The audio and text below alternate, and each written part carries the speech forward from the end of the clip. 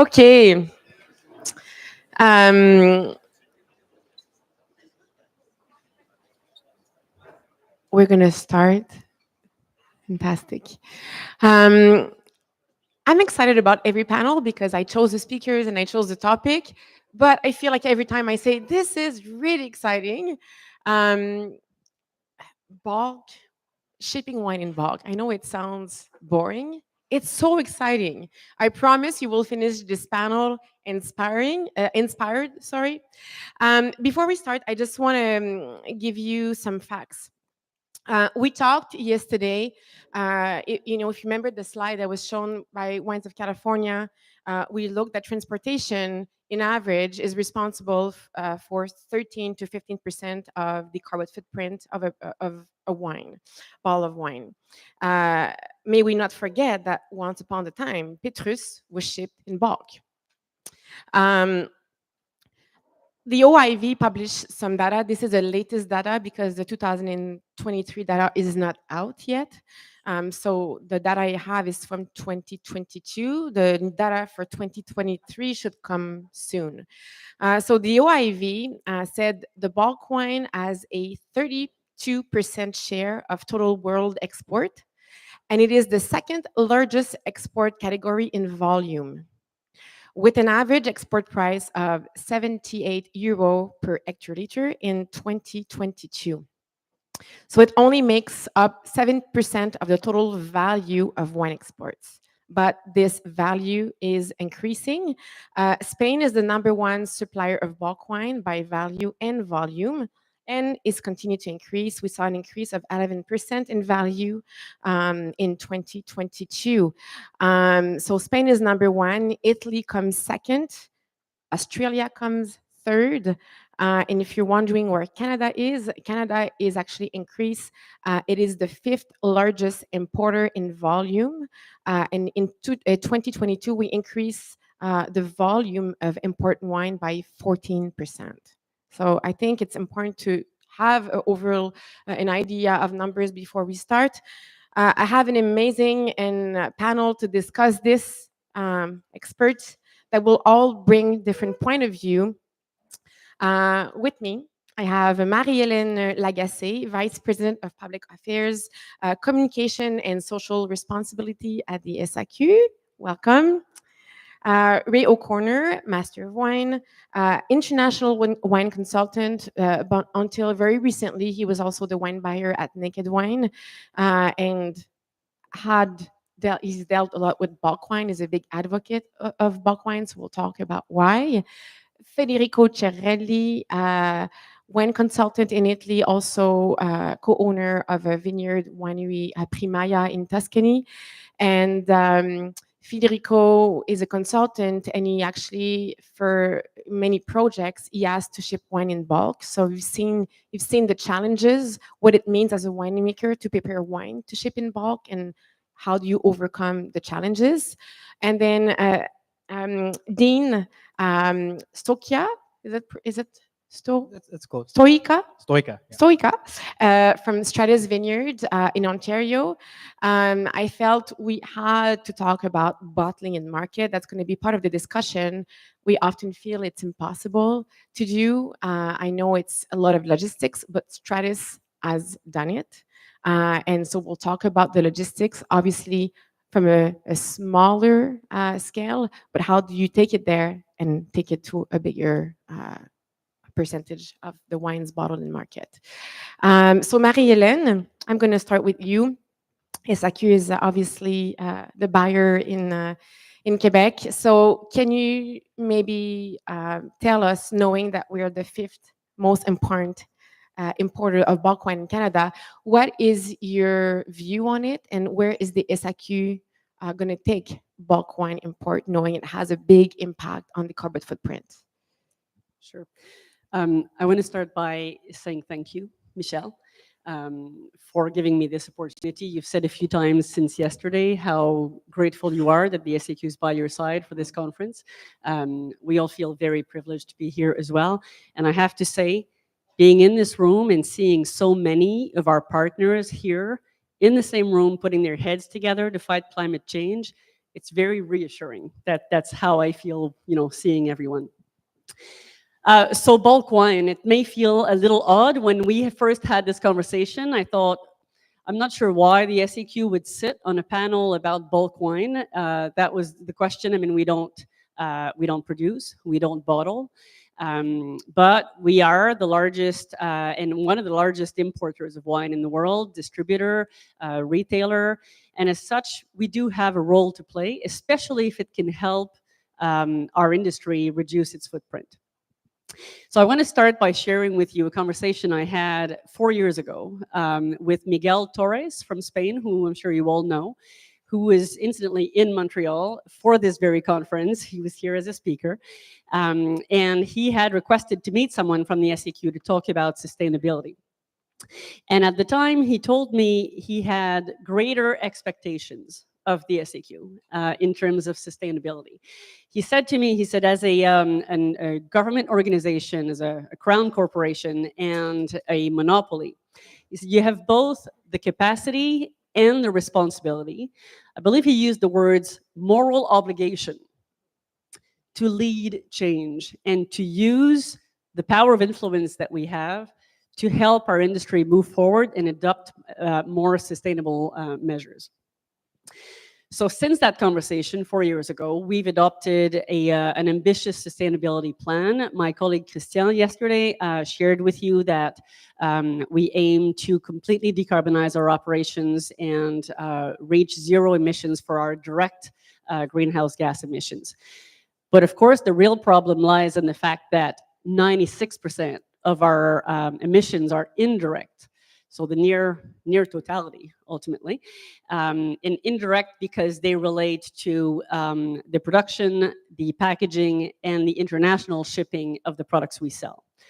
So that's where bulk wine comes in. That's why it becomes relevant for us. We want to cut those indirect emissions by half, and bulk wine is one of the answers to reach that.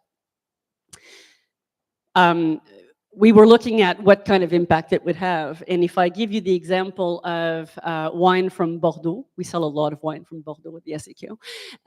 So if you take that region, shipping it to Montreal in bulk would actually reduce the impact by 34%. It's a huge amount. And if by the time it gets here, we bottle it in a bottle that's made locally with post-consumption recycled glass, then we reduce that by a further 15%. So it's really something we need to consider if we are going to limit the carbon footprint of our industry. So that brings me to the second reason why it's important for us. We touched yesterday on the fact that the Quebec government has implemented a deposit system on all beverage containers. It will apply to wine bottles as of March 2025. And what that means is that as of next year, we will have the obligation to recycle all 300 million bottles of wine or glass bottles that we put in market every year. That's a whole lot of glass. And the best way to do that is to crush that glass and make new bottles locally that we can then refill. So in order to make that commercially viable, one of the first steps is actually to increase the volume of wine that we can bottle locally, so import in bulk. Seems easy enough. After all, several other markets have done it. Why haven't we done it yet? So when we looked at putting a plan together to make that happen, we've identified 3 main hurdles. The first one is regulatory. The biggest issue is that bottlers in Quebec have the obligation to own the brand. So you can imagine how that's going to be a problem, right? I mean, if we turn around and we ask some of our biggest sellers and our biggest suppliers to bottle locally, there's no way that any of them is relinquishing control of their brand. So that means we need to sit down with regulators, and that everyone needs to see the benefit for the local economy, the benefit for the environment, and actually change laws and regulations so that we can make this happen. So that's the first step. The second biggest hurdle is putting the ecosystem in place. The reality is we need glass makers, we need, label suppliers, bottle caps, storage capacity. We need to put all of that in place. And the biggest bottleneck, if I may, in Montreal right now is that there's only one glass maker, and it does not make green glass bottles, which is the majority of what we put in market. So we have 100,000 tons of green glass to recycle annually. So you can imagine that finding someone to melt it locally and produce new bottles is going to be critical.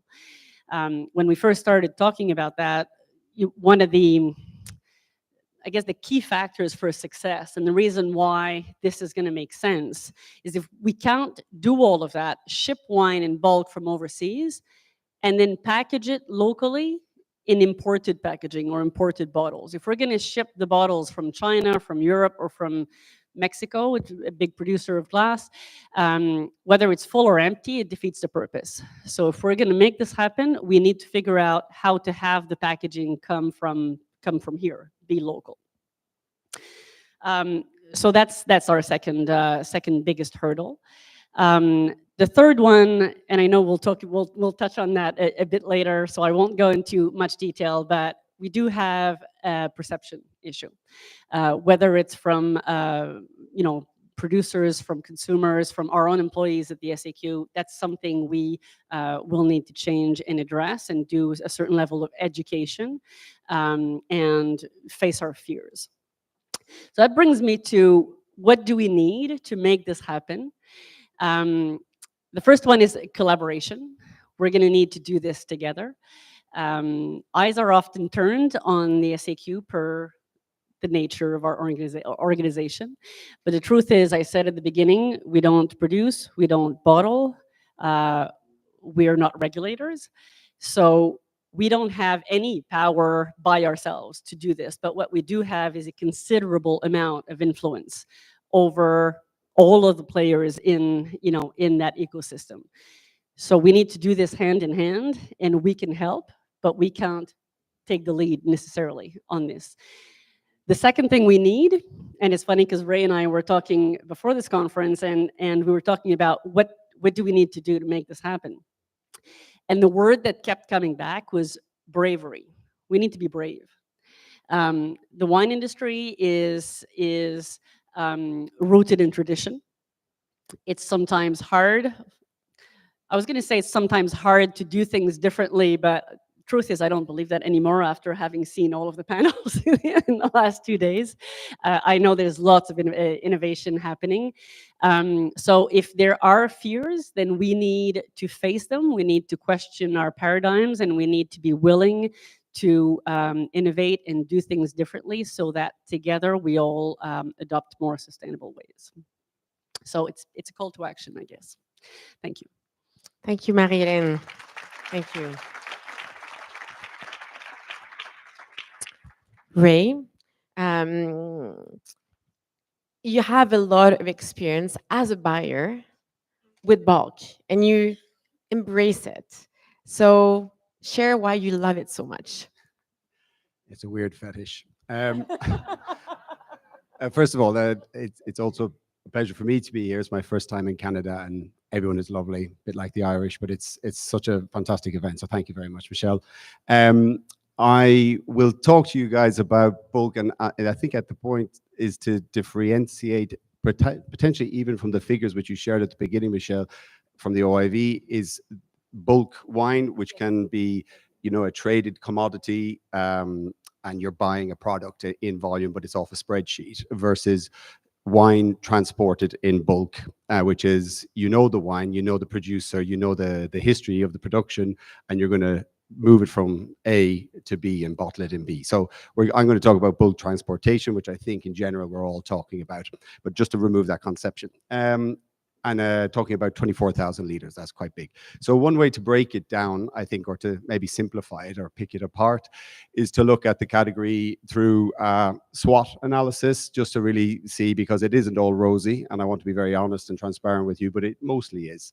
So to begin with, the strengths of transporting wine in bulk. The first and obvious one is your carbon footprint, and you are moving a much larger volume of wine from, let's say it's Chile to the UK, and you can reduce the equivalent from inside one 20-foot container, you can reduce the CO2 equivalent emissions by about 40%. I think you quoted 30-something%. So you're in that region of greenhouse gas reduction. So that's already, and that goes towards your company's policy of managing your CO2 responsibility. So the first is around this. Then you come on to quality. And that's the one I think most people would scratch their heads around because they might preconceive it away from quality. But if you're transporting all these wines in the Southern Hemisphere, must cross the equator. Many of them might get stuck in the Suez Canal and the terrible things that are happening there, or they might get stuck outside Oakland in the Northern Hemisphere and they sit in port. So you have a risk of temperature influence on the wine, and you're looking at a larger volume with a greater thermal inertia. So to use a Hillebrand analogy, which heats up faster in the sun, your beer or the swimming pool.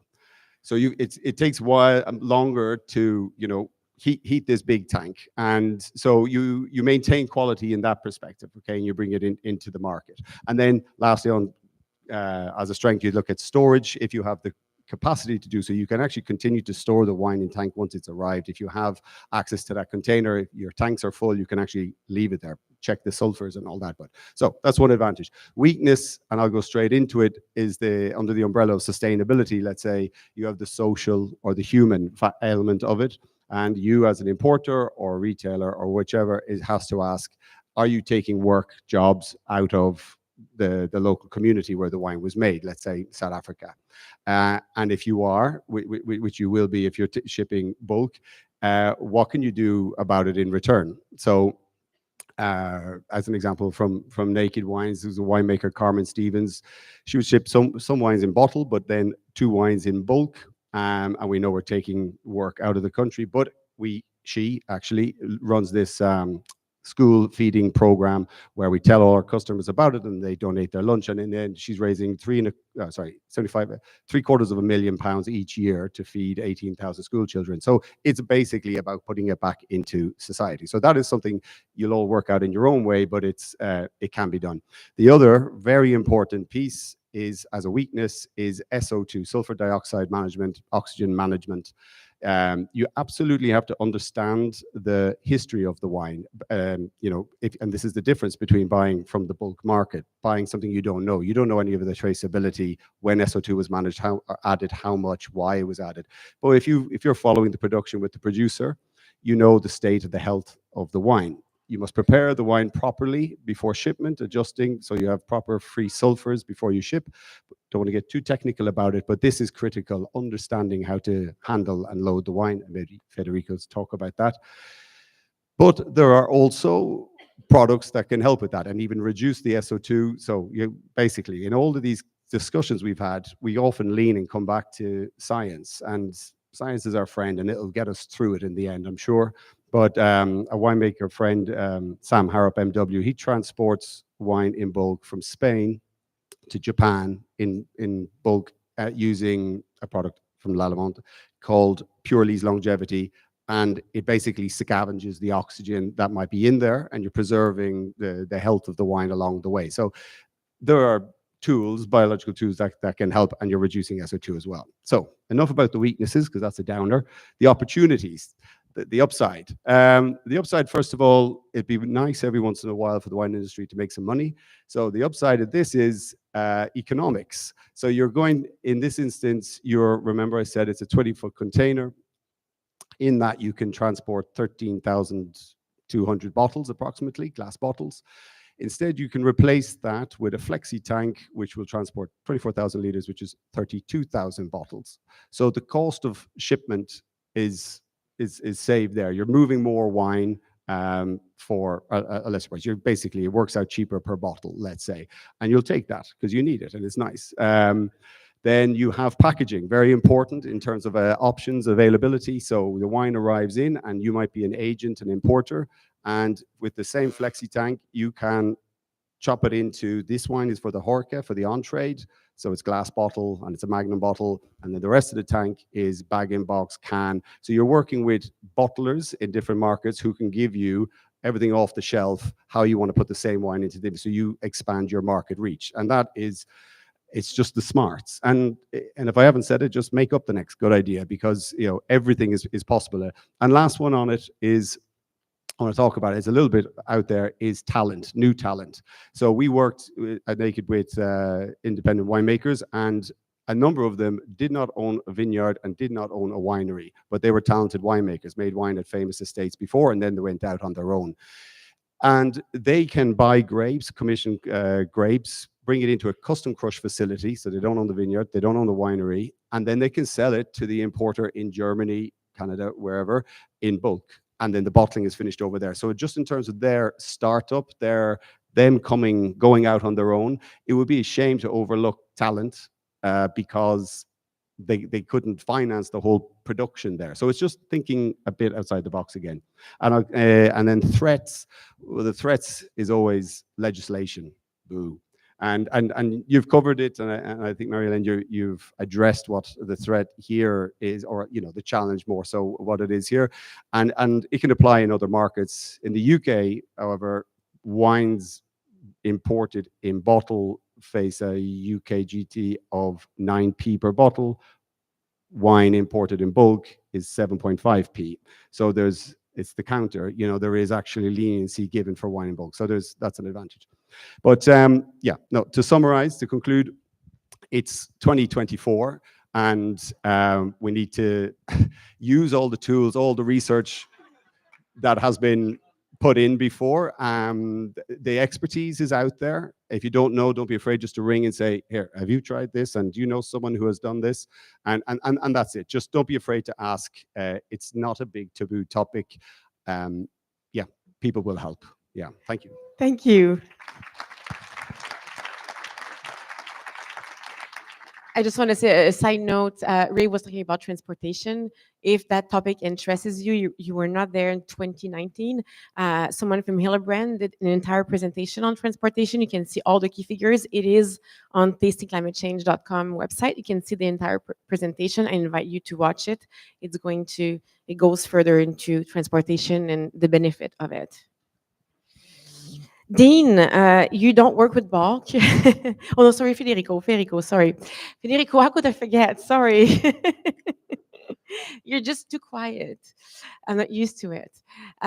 Federico, you are a producer you've had a learning curve, as I would say, with wine, with shipping wine in bulk.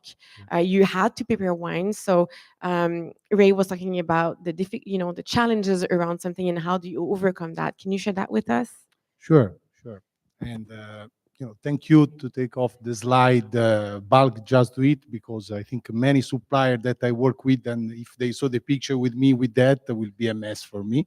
But no, because I'm a technician, and I would like just to introduce you the point of view from a supplier point of view, because the last more than 7 years I did many like Ray said, flexi tank, because I work like in my winery, in artisanal winery, but in the meantime in a big company where we ship flexi tank more or less all over in the world. And I load and unfortunately unload a lot of container, a lot of flexi, because sometimes something happened we have also to unload, coming back and unload. But what I would like to explain today, not to go too deep, and then if somebody want to have more information, I'm here around today and tomorrow until flight time, but it's not here. And it's that first of all, we have to consider the stability of wine in terms of microbiological stability and chemical and physical stability of wine.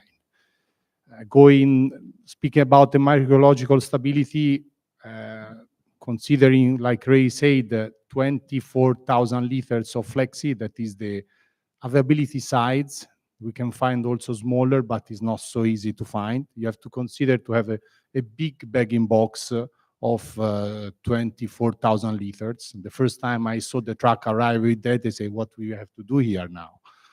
And the microbiological stability, we have to consider if we are speaking about the white, especially if the white malati is not done, you have to consider a sterile filtration. And when you filter during the load of the container.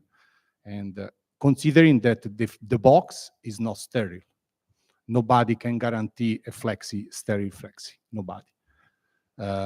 Then if we are loading a red, we have to consider, obviously, if we have some residual of sugar, for sure you have to filter sterile, and that's for sure. But also if it's not, we have not residual of sugar, malic is done, we have to consider that sometimes we have to wait 1 month before to unload the container.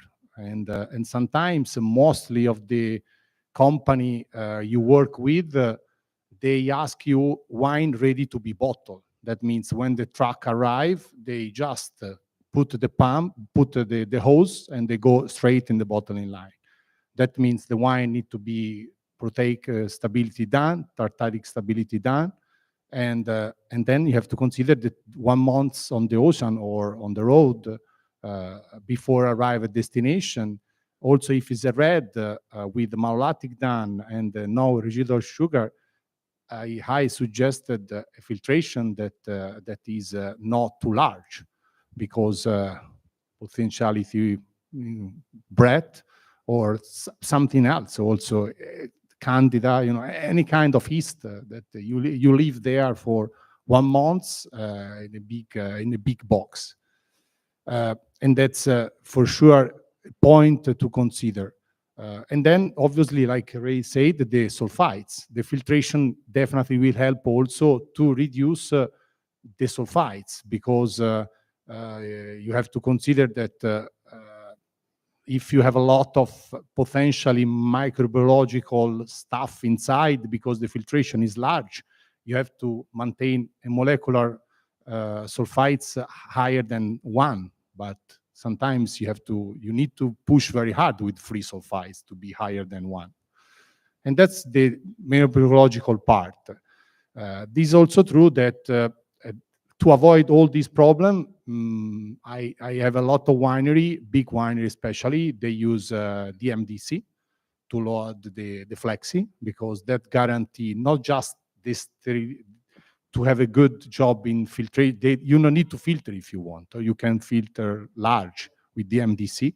Sorry, Federico, I know that not everyone knows what the MDC is. Can you just maybe precise what that is? Yeah, is dimethyl dicarbonate. The commercial name is Velcorin, and it's a kind of product that is used in the fruit juice.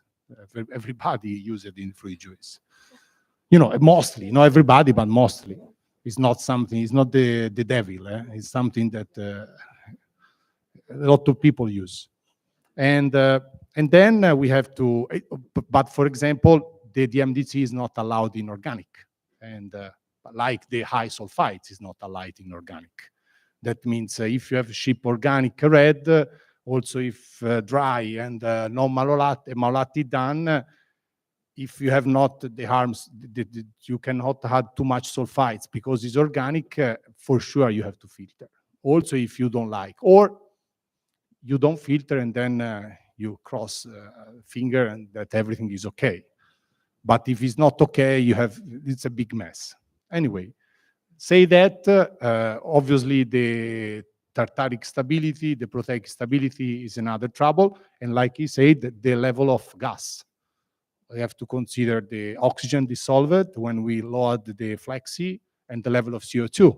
Because when you pump, you need to have a good pump, because you cannot have any kind of pump, because the flexi is 1 and the capacity is that. If you pump too much water, then you see it's become bigger and bigger, and you still have a lot of wine to load. Something is not good. You have to unload and reload. That means you have to consider to check very well the level of the two most important oxygen, the gas, oxygen, and CO2. Say that it's true that you understand very well that not all the winery at the moment are allowed to do that, especially the small artisanal winery. And that's it's something we can do. I believe that could be the future. I believe that we have to work on that. In the meantime, I know that need a lot of equipment to do that, and need a lot of knowledge to maintain the quality, to guarantee the stability. In my mind, I have idea, because somebody already started, that if this kind of program go ahead, and must go ahead for the situation, we need to consider that there will be a lot of business for contractor people. They do the service, like when you have to filter sterile 224,000 liters in 4 hours, because the time you have to load the container is 4 or 5 hours. After 5 hours, you pay extra to Hildebrand or to Kugenagel, who is. That means in 5 hours, you need to have a nice way of filtration. You know, you need to prepare the wine before very well, like with X-flow filtration or cartridge, but very well. And then you need to filter properly in 4 hours. You need to have a big housing with a lot of cartridge. It's a lot of money. You cannot ask to invest all that money and the knowledge to a small winery.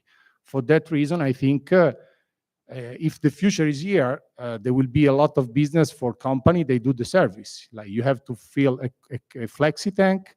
They come with the truck. They have all the filtration system. They could have the machine to do the dosage of dimethyl dicarbonate, because that is already a service that some company they do, in Italy included. And that is the reason why I say, if we have to go there, and we go there, take per time, because we have to organize ourselves, our supplier. And that's I think it's a different way to prepare the wine for bottling. I believe that somebody can think also that why not without filtration, without doing nothing natural. I think one thing is to bottle the wine and close with the cork. One thing is to fill a flexi without filtration and nothing and ship one month in the ocean. It's a different situation, it's a different stress for the wine. I think more or less it's everything. I don't want to be drastic, but I think it's some. No, you told Ray is no. I would like to. Yeah, that is for my experience. That I think at the moment a lot of winery they do this kind of work, but if you ask to me, can you do that in my company? I cannot, because I'm so small. I have no filter. I have one pump in my cellar. Then I have to ask somebody to do the service, or I have to go in a hub where they do the service and they fill the container for me.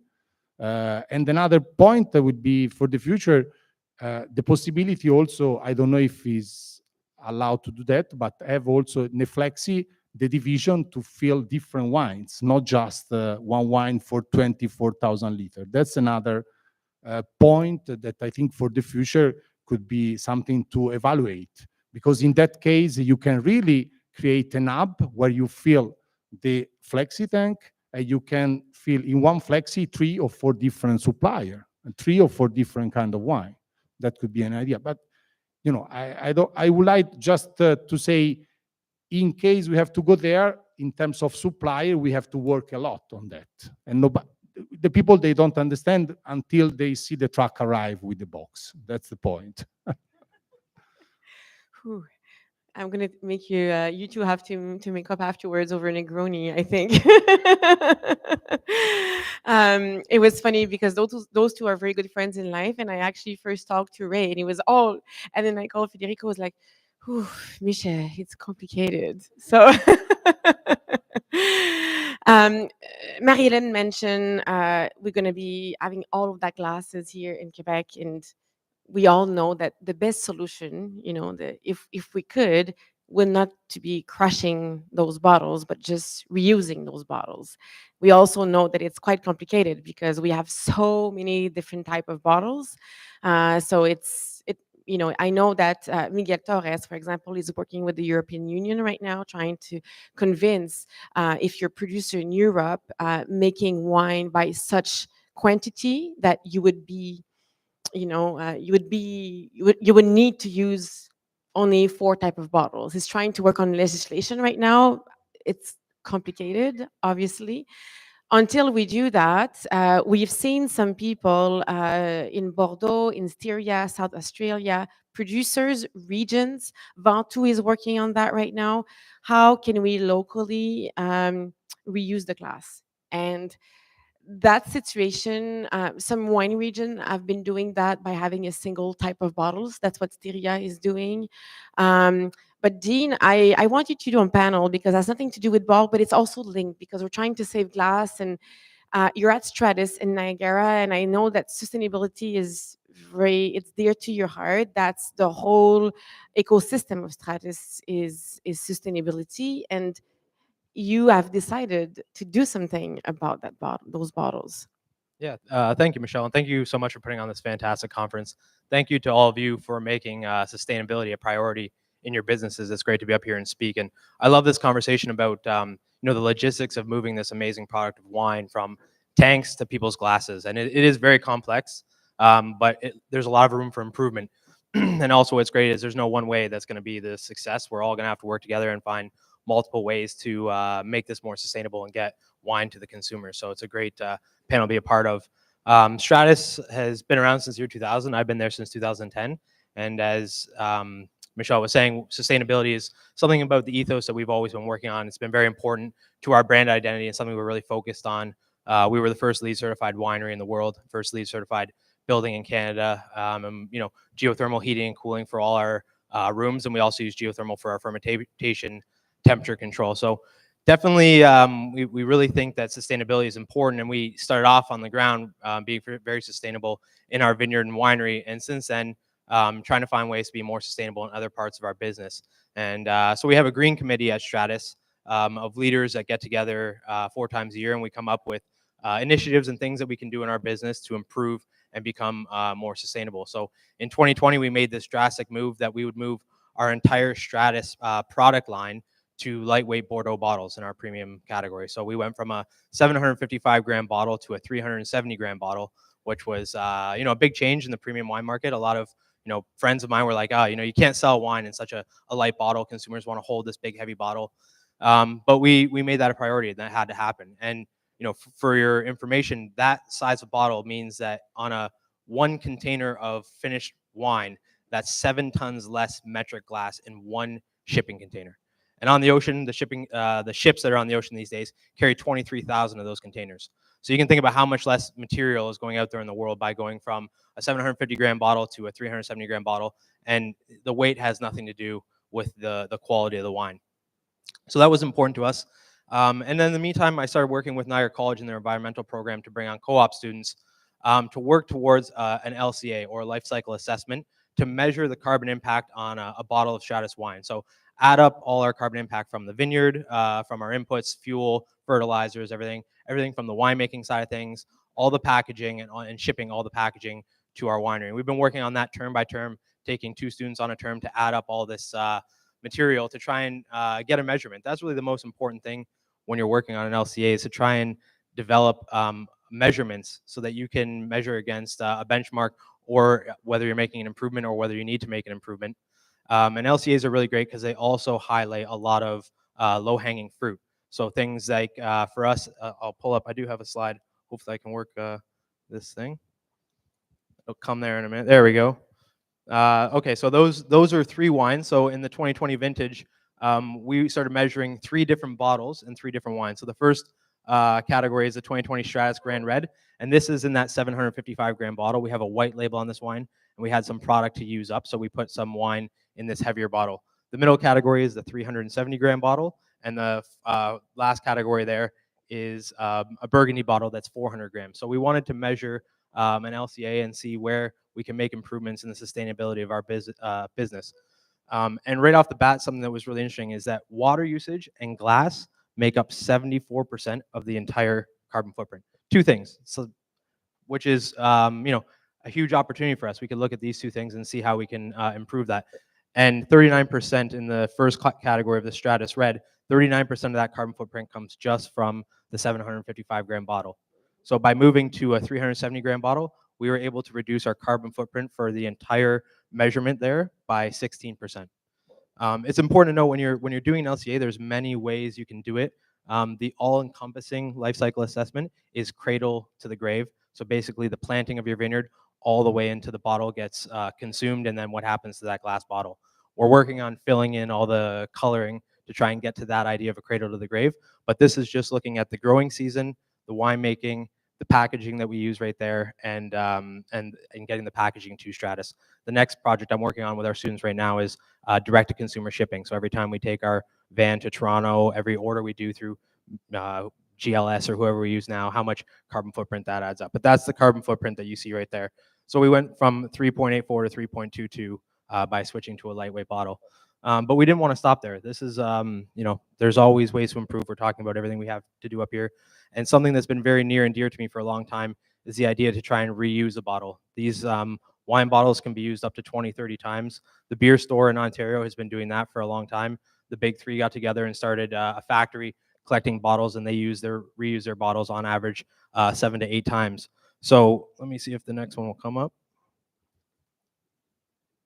There it is. In 2021, we started on a project where we would collect on our retail shelf in our tasting bar 50 cases of glass. And then we partnered up with a local company called Circular that's in Kitchener. And I started working on a procedure that we could collect this glass, send it to Circular. They would clean off the label. They would clean the bottles inside and sterilize the bottles, and then resend these bottles back to us so we could refill them with a new wine. So we call that the 2021 Stratus PVMT. And that's short for Petit Verdot, Malbec, Tannat, Field Blend. I thought it would be kind of fun to put these 3 varieties because we see in our vineyard sustainability the importance of different varieties in Niagara being important. So we would fill this bottle with a reused 755 gram bottle. And you can see the difference in carbon footprint. So you're making a huge improvement when you're getting into reusing a bottle. The idea of reusing bottles is definitely not new. As Michelle says, it happens in Syria, where JL came from in Loire. There's been companies that do it. We've been doing it for a long time, and it kind of obviously for logistical reasons and simplicity fell out of favor. Yesterday there was a comment of how hard this is to achieve. If you go in that room over there where we were just tasting, you might find 30 different bottle shapes and probably 30 different suppliers. So standard bottle is one challenge that's going to be going forward to try and move into, and Torres is working on standardizing a bottle so we can get to this. But at the end of the day, these bottles can be reused. And they need to be reused because silica sand is a very important natural resource on this planet. It's the second most used natural resource in the world behind water. And we're producing right now over 1 billion bottles per year. And many of them, in our recycling program in Ontario at the beer store, they crush that and it goes right into road construction or fiberglass. It doesn't go into cullet to make into more bottles. So we need to get better. For sure, the idea of using cullet in the glass, and a lot of the glass that I buy has a percentage of cullet, and there's Estelle in Spain that's now making 100% PCR wild glass cullet. So there's definitely improvements here, but I still, I feel really strongly that the idea of bringing these bottles and refilling them goes a long way in improving our overall carbon footprint.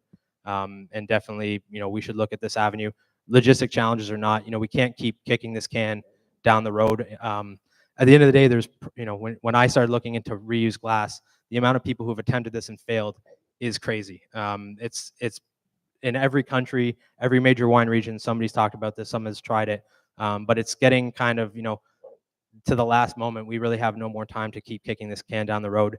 In 100 years, the future generations, they're not gonna forgive us for what we did, making 1 billion single-use glass bottles a year that, some end up in the landfill, some end up as cullet, some in pavement, but, we really need to take care of this natural resource and get better at our processes. Thank you.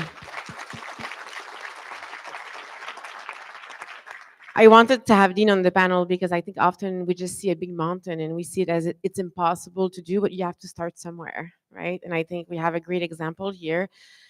There's a company in Catalonia called Rewind. If you go on their website, they share a lot of the works they're doing, and they're trying to work with lots of producers in Catalonia, the largest producer in terms of volume, to see how they can reuse those bottles, because they feel if we can work all with the larger volume producer, then we already done a lot of work.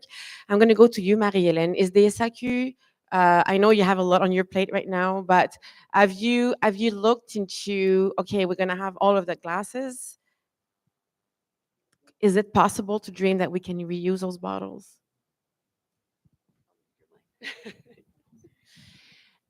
It's a question I get a lot. Ever since we've been talking about the deposit on the bottles, it's a question I've been getting a lot. There's no disputing that from a sustainability standpoint, it's the best way to do things. I think we all agree that it should be a goal. In a previous life, I worked for a large brewer.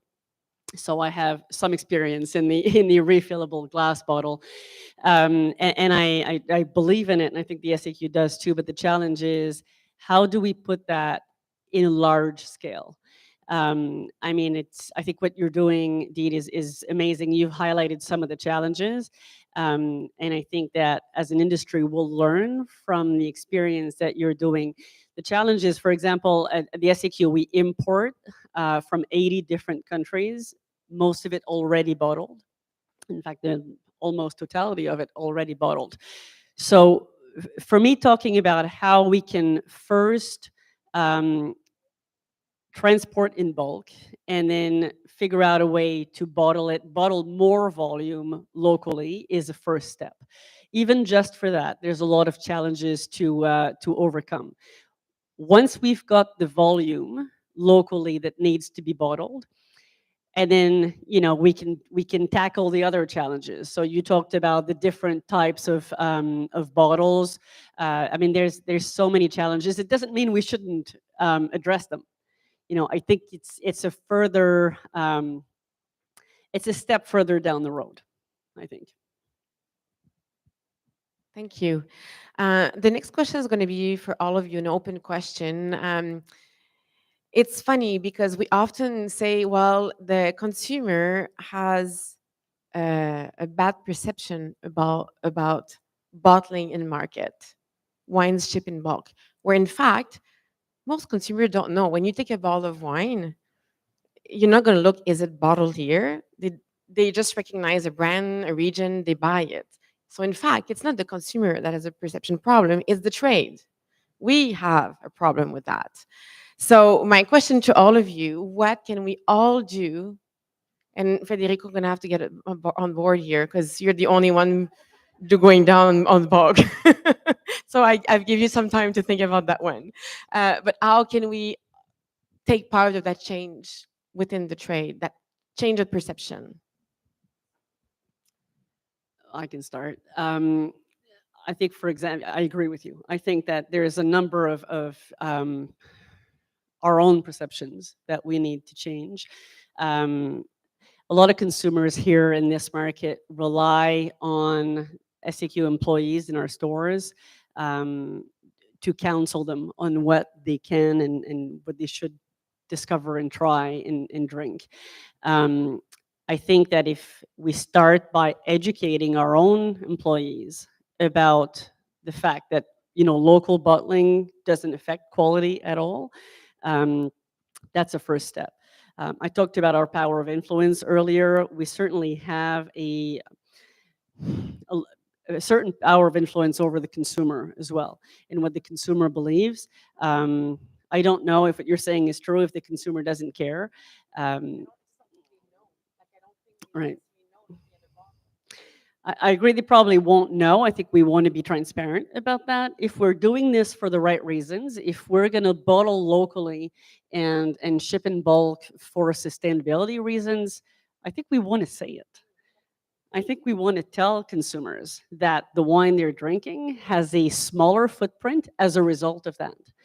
So if that results in a perception of lesser quality, then we need to educate them on that as well. Yeah, I'll just add, and it comes to education, and I just want to relate with everyone in the room. 10 years ago, before I joined Naked Wines, the idea of bulk wine shipping was just so alien and foreign. I just didn't understand it, but we couldn't even begin to get my head around. And I was studying for the Master Wine program, so I'd read it and try and understand it, and still it wouldn't go in. And it was only being at the coalface, you know, looking at analysis every day and working with it, that I really got comfortable and a great deal of confidence around it. So I really understand everyone's position if you're thinking, what is all of this? And so, but if you look then, fast forward from a commercial perspective, and I'm just going to take the UK market as an example, the biggest brands there, Gallo, Concha Toro, all of those, Casella, they all ship in bulk and they all bottle in the UK and they sell millions of bottles. So like if we're looking for case studies of success, that's it. The best-selling white wine in the UK is New Zealand Sauvignon Blanc, mostly all shipped in bulk. So it works, you know, at the end of the day, or rather, no one is going to let it go wrong, you know. So you would just appoint the right people, including you, no. But and I think also I just want to comment on Federico's piece. I might come across as you know, all dreamy and it's all fine, and it's not all fine. And I saw a couple of car crashes in transportation of bulk when I was working at Naked, and I've experienced it. But you have to be a pragmatist, like you have to be pragmatic about it, and everything that Federico says makes sense. So I would lastly say, and I actually haven't even answered the question, but it is don't try and jump straight into transferring everything over to transportation in bulk. You might consider one wine out of your 4 or 5 wines in your range. So just take it slowly.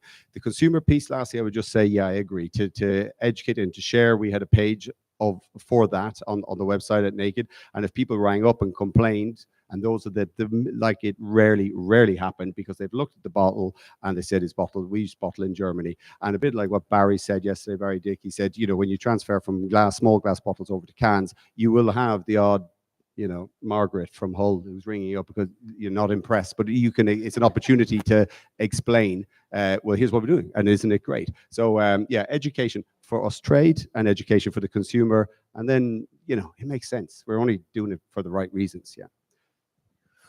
Federico?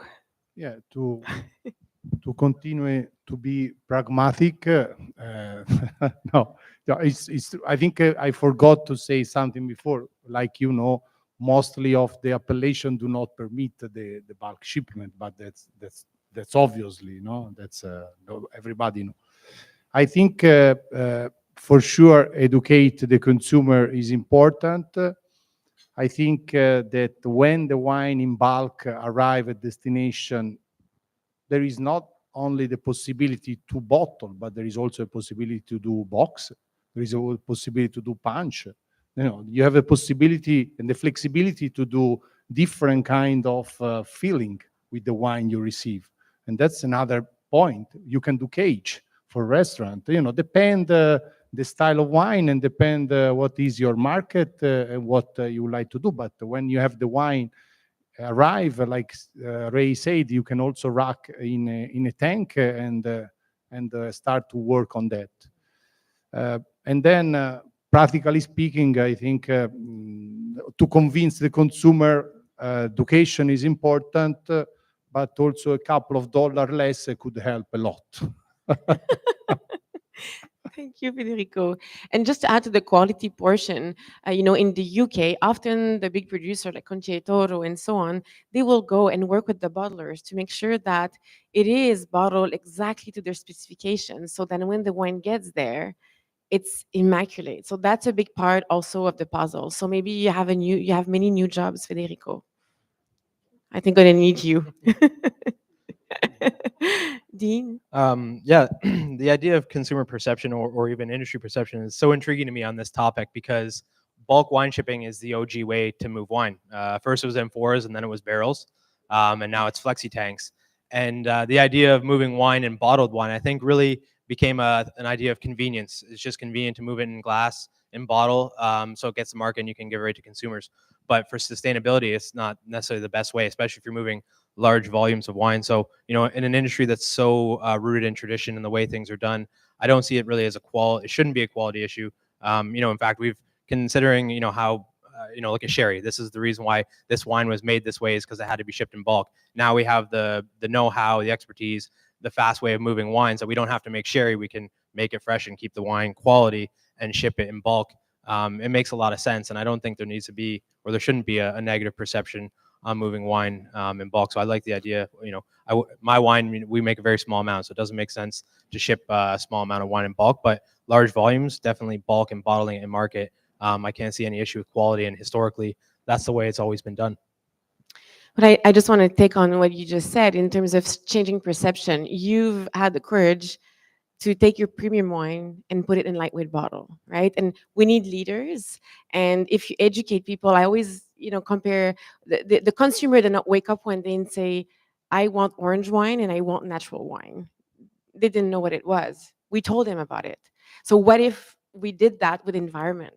What if we did the same education? We could do things that are so impactful, right? So it's all about education. I truly believe that. Yeah, real quick to add, I think moving wine and glass and everything we're talking about, you know, I'm a big believer in things called progress traps. Fertilizers and tilling, what we talked about a lot yesterday, is a progress trap. People started tilling and fertilizing, and their yields went way up, and it was this, you know, an evolution. And then 20 years later, the soil couldn't grow any grapes anymore, and it was a disaster. So there was progress that led to a trap. And moving all this wine around the world in bottled glass is kind of a progress trap. It seems so convenient, so easy to move it in bottles, but really we're not progressing anywhere. We're doing more harm to the environment in this method than if you can move it in bulk. Thank you so much. Anyone in the room has questions?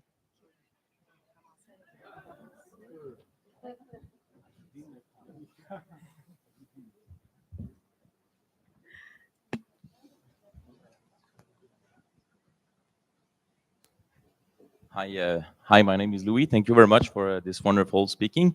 I have a question for Marie-Hélène. You've submitted all the, let's say, challenge, and you say in the end you need collaboration and bravery, but you don't bottle, not you, but the SAQ. You used to from 1999 to 2006, so you have the knowledge since the past.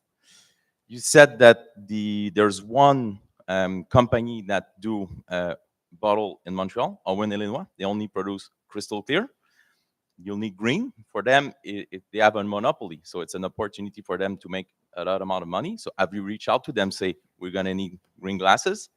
And after that, you don't regulate, because SAQ don't regulate, but you're a government monopoly, so your big boss, the, how you say, the minister, govern it.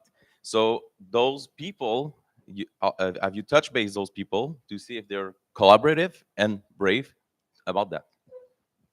They're all excellent questions. That's what I meant when I said we have a power of influence. So we don't have a control over, you know, the bottlers, but they are our business partners. I don't think the SAQ has any interest in becoming a bottler ourselves, and you know, again. But certainly we can work with the local bottlers, and we want to make this market appealing from a commercial standpoint for like more bottling opportunities. We are in contact with Owens, Illinois. We have regular conversations with them to actually support them in the investment that they need to make in their Montreal plant and the ones that are nearby, so Ontario, you know, northern New York State, so that we can limit the transportation of the bottles. But yes, so we have been having ongoing conversations with them for a number of years now, and the goal is to see how do we support them and how can we help them, for example, get the government support they need for the investments they need to make in their plant. And your last question was, how do we influence the government? Well,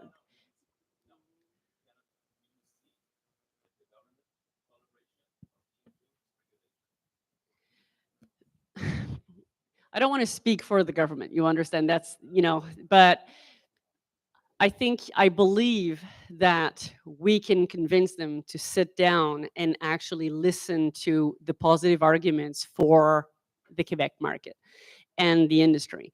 I said before, and you've said it also, Ray, but there's an economic argument behind that, behind building that whole ecosystem around it.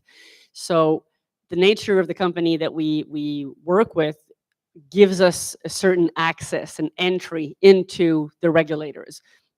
Our job is not necessarily we can't make the decision for them, but we do have access to them to have these conversations.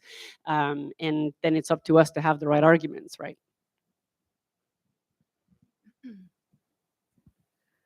I have a comment. I'm sorry, hello. I have a comment. I'd like to thank all the panelists for a very good discussion. I want especially to thank Federico because we brought the issue of quality. I think it's very important. We didn't talk a lot about quality at this meeting. I think it's important to talk about it. The working in bulk does not dispense the winemaker of due diligence. If the stakes are even higher when you work in bulk. In the lab, we do see a lot of problems when we work with bulk bottlers in microbiology. So there is an ecosystem here in Quebec, professional in enology. So it helps to work with professionals to avoid these and correct these problems. That's all I have to say. Thank you. My first statement is a comment. Hello, hi. One, we are the ones that told the consumer that heavy bottles, dark bottles, individual molds are a cue for distinction and luxury. So I do think that we can back them out of it, but we have to be explicit. We have to give them cues on collateral. We have to give them educational cues about why these things are important because they align with their values. That's my statement. The second is a question, because I haven't heard much about this in California in particular when we're receiving flex tanks from other countries. Much of the time, of course, they're going into bottle, but we're also kegging. What do you see as the barriers to putting bulk into keg?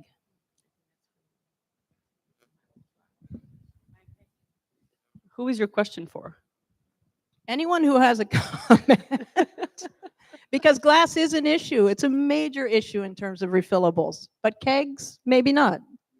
Yep. I don't have experience in it, so I don't want to take up time on it, but it makes a lot of sense. And I think you mentioned kegs as an example. So you chop up the format between bag-in-box, can, and keg if it's working in that market.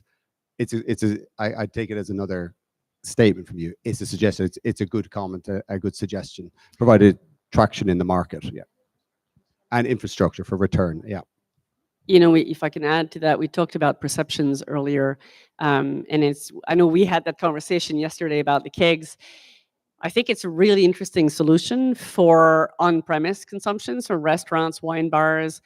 And I was just sharing how in this market, when you go to a restaurant or a wine bar and you order wine by the glass, you expect the waiter or the sommelier to come to your table with the bottle before they pour the glass. And when they don't, it raises questions. What's really in my glass?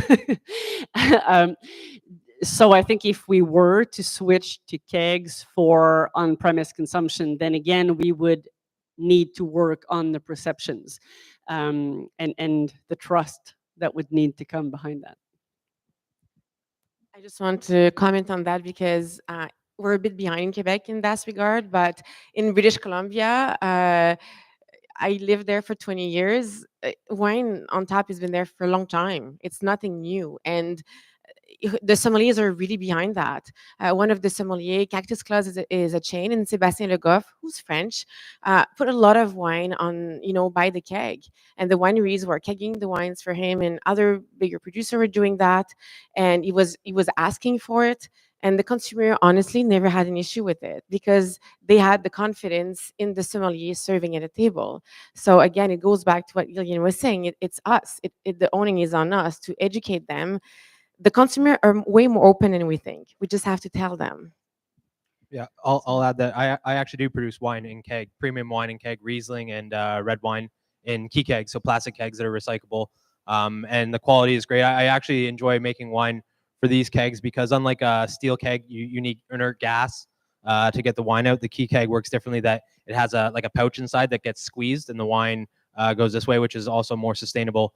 And we use it for by the glass pours in Toronto and the Niagara region, and it works, for these particular types of products. It works great. Stratus Red might be a stretch to get a $25 by the glass pour of Stratus Red from a keg, but I think if you were going to go quick to market with it, and I see about a year, you get about 12 months of a lifespan in a wine from keg, and they work fine as long as you got the right material and the right winemaking. It's definitely something we should do. And there's many, I think, of the the Arters of the world could benefit a lot from doing keg wine. It's more their business than mine, but we've had demand, and so we do it. Thank you. We have one more question right here, Yes. please. Hi, my name is Jean-Philippe. I have a question for you, Madame Lagacé. Right over here, the other side. Hi. The question is more in regards to the appellation system. As we all know, they're very flexible. So how much time do you give yourself to be able to bottle outside of certain AOP system? Because some of them will not allow the wines to be bottled outside of that. So if you want to bottle everything in Quebec, for example, can you hear me? Yeah. Can you sorry. Yeah, just hold the microphone. Sorry, you should have said that earlier.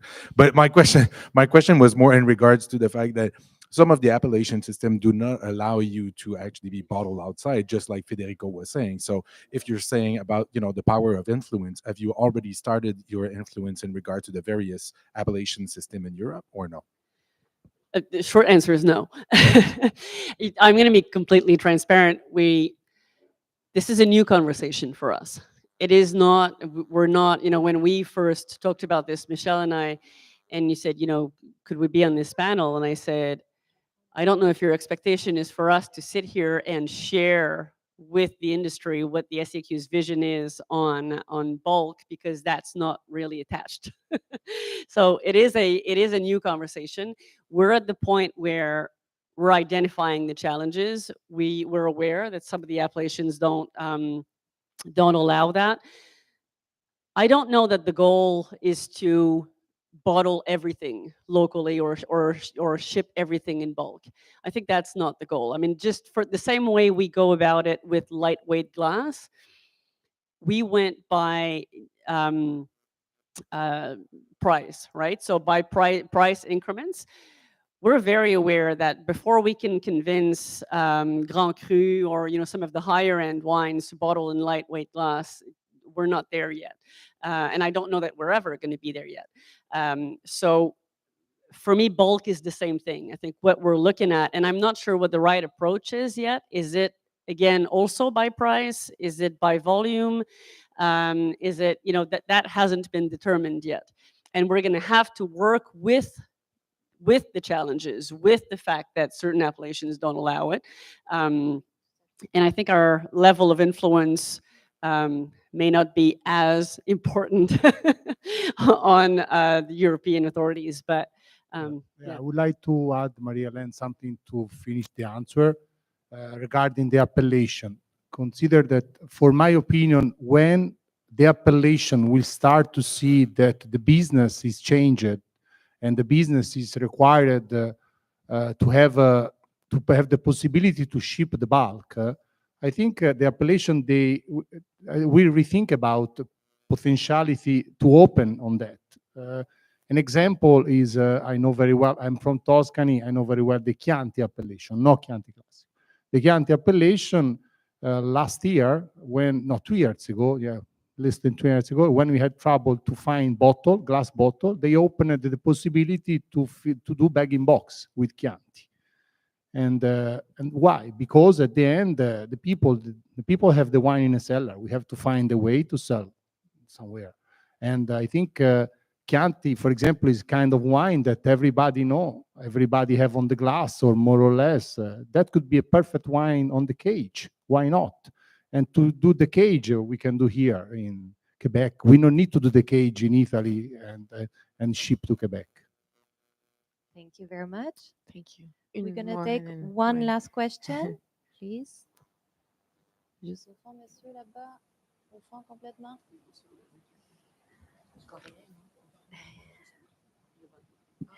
Désolée, je sais que c'est un sujet super passionnant. On va pouvoir continuer à discuter avec les panélistes après. Sorry, couldn't help myself.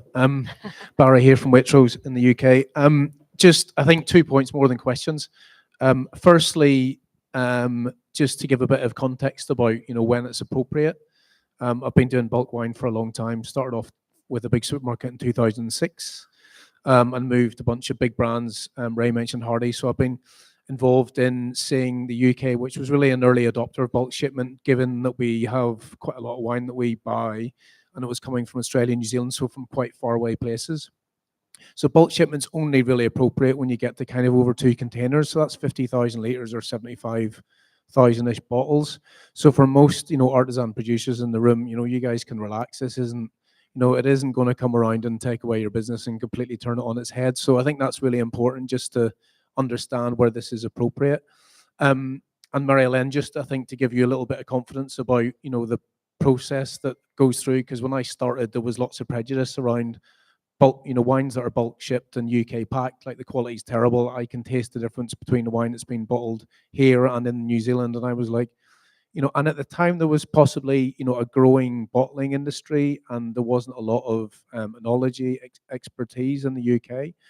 And the equipment maybe wasn't brand spanking new, whereas fast forward where we are today, the equipment's brand new. Everyone knows what they're doing. It's, it's really, military kind of process, and it's very well organized. So that prejudice around the quality absolutely disappeared. There was some blind tastings done, and a lot of people had to kind of eat their words and go, okay, I can't tell the difference between, wine that's been bulk shipped and UK packed. And then as, the next prejudice was, well, the customer's going to walk away when they see that it says in the back label of a wine that this wine has been bottled in Durham and Newcastle, which is probably one of the least sexy wine places in the UK. That has never happened. None of our consumers contact us and say that I'm really not happy that this wine has been to Newcastle and the northeast of England. So that, again, I think, again, I can give you confidence to say that's not a problem. So I think really just words of encouragement. There's people in the industry who, want to, I think, see more of this happen from a carbon footprint and a climate point of view. So, just do reach out and have a chat. But I think you'll find, to Dean's point, doing LCAs, and I've seen quite a bit of information. There's quite good agreement that bulk shipment is really useful when it's deep sea or far away places. It doesn't really make sense if it's just down the road. So, for the UK, we would have to be shipping wine from the farthest corners of Europe before it kind of makes sense from a carbon footprint point of view. But it makes like a ton of sense when we're moving wine from Australia, New Zealand, and Chile and Argentina, and from California. So I think, once there's a collective understanding about where it's appropriate, I think you just start from the top, and work your way and just see how you go. But that's all. Sorry, I just had to chuck in my tuppence worth, but there you go. Thank you so much, Barry. I know there's a lot more questions, but we have 2 more panels, and there's still more wine waiting for us, and we need to continue the conversation together afterwards. I want to thank my panel. This is a fantastic debate discussion. Thank you so much, Marie-Hélène, Ray, Federico, and Dean.